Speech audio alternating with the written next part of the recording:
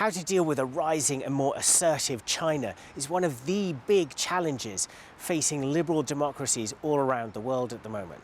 The United States is moving more and more into a kind of new Cold War mode, and its close allies like Germany and Japan are thinking about what this all means for them. Both of them do a huge amount of trade for China, so there are dilemmas involved. But for Japan in particular, there are significant security threats emanating from Beijing. So we've come to the Japanese embassy here in Berlin to talk to a man who's in the heart of many of these discussions. His name is Taro Kono, and he's Japan's digital minister, also a former foreign minister and defense minister. Minister Kono, thanks for joining Deutsche Welle. Now, you arrive here in Germany just as Asia is very much on Germany's mind. The government here is trying to work out a new strategy on how to deal with China. This is familiar territory for Japan. You're also a former foreign and defense minister. This is certainly something that you've thought about a lot in your time in office. How big a challenge is China for Japan at the moment? Well, we have sat next to China for the last 2,000 years, and we'll be sitting next to each other for next so many centuries. So, I mean, that's the fact of life. You live next to China. But unfortunately, for the last 30 years, China's military spending has increased drastically, at least 42-fold. And they are trying to increase their, well, Navy, Air Force, as well as their Army. So we need to be quite careful to check their military expansion. So your government has revamped its own national security strategy. The Prime Minister was just in Washington meeting with Joe Biden, talking about this, coordinating extremely closely and also increasing Japan's military spending. Can you just explain what Japan is doing on this? Well, China has their gunboat violating our territorial water around the Senkaku Island. Some of their ships sit near the water all the time, and our Air Self-Defense Force fighter jet had to scramble against the Chinese aircraft at least twice a day for the last so many years. So we need to be very careful about China in East China Sea, as well as South China Sea down to the Pacific Ocean. So I think like-minded countries need to sit together and come up with a coherent strategy how to deal with China in terms of military. And so what is that? What does that look like? I mean, even last year when speaking at a security forum in Taiwan, you were speaking virtually at that. You called for a kind of Asian NATO. Can you explain a little bit what you were talking about there? Well, China's military spending has increased so much. I mean, Japan alone not going to be able to face China. So Japan, US, and other like-minded countries need to really have a coherent strategy how to deal with Chinese military. But you put on the table this idea of an Asian NATO. How could that come about? Could it be an expansion of NATO into Asia with countries like Japan and Australia? As a cabinet minister, I'm not at the liberty to talk about it. Yeah, but this was your personal view. You feel I'm not able to talk about it. No. Okay. Well, I mean, let's look at the digital realm that you are responsible for, because of course China's a big factor in that as well. Let's take one example that a lot of countries are talking about is TikTok. In the United States, there's a growing debate about potentially banning it. From your perspective, how dangerous is TikTok?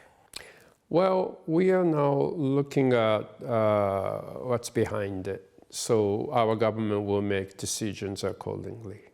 But could you give me a sense, what is the realm of possibilities that you're looking at? Are you looking at a possible ban? Well, the government will make decisions. And can you give me a sense of timeline? It sounds like there are active discussions going on. Well, when we make decisions. I mean, to take the United States as an example, one of the commissioners of the FCC, the body looking at this kind of technology, has called for an outright ban in the United States. Also, India, a country that works very closely with Japan, banned TikTok a couple of years ago. Can you understand where they're coming from, these decisions? Well, Japan will make decisions independently of them. Now, Japan is coordinating very closely on a whole welter of these issues relating to China, particularly with the United States and with other like-minded countries, as you said. From the Chinese perspective, you're increasingly hearing from China that they feel that this is an attempt to contain China. What would you say to that?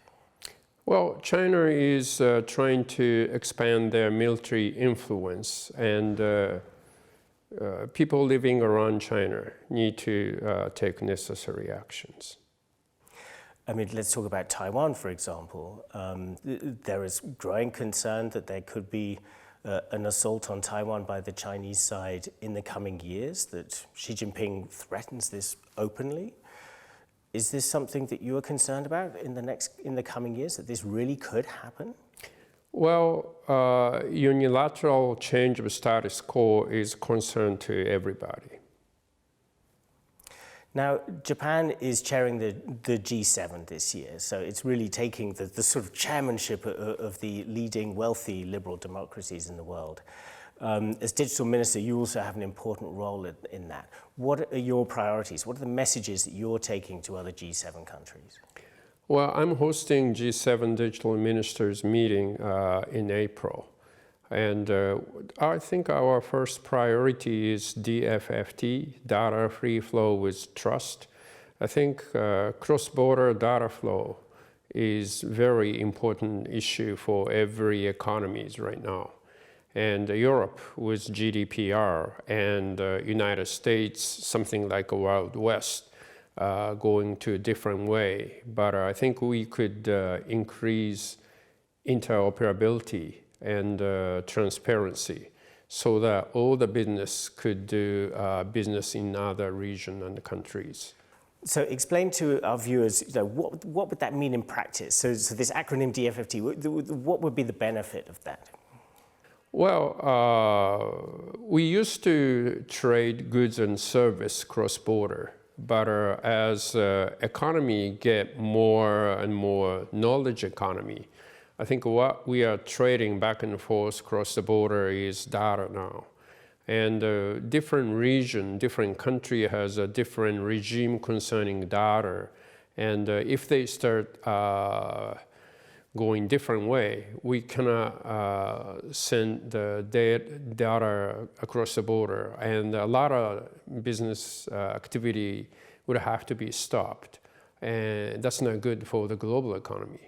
So we need to come up with some kind of way to be able to trade the data. Now, cybersecurity is also, of course, a very important part of the digital picture. Japan's new national security strategy also holds up cybersecurity.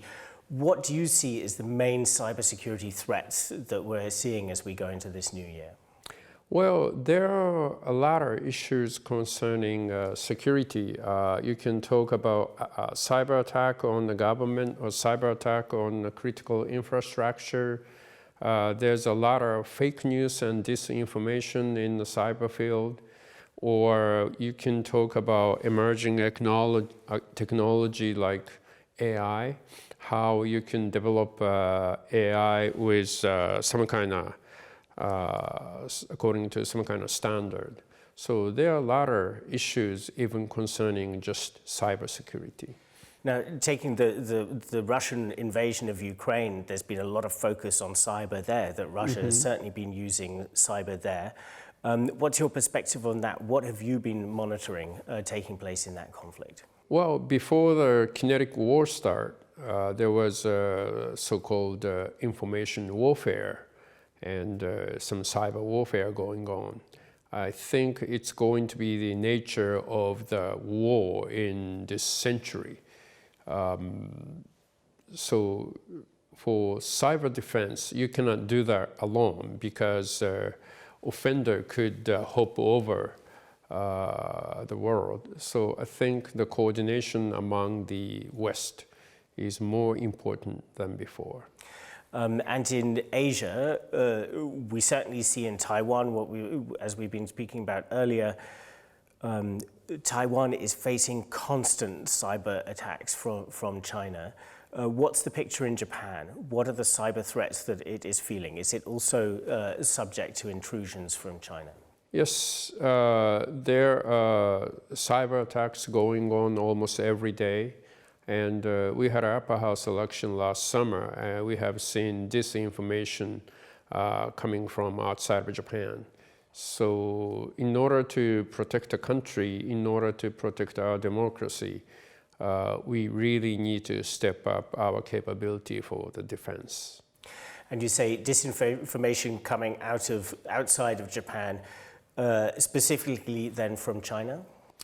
Well, we have some idea where they come from. Minister Kono, thank you very much for speaking to us today. Thank you very much. Appreciate it.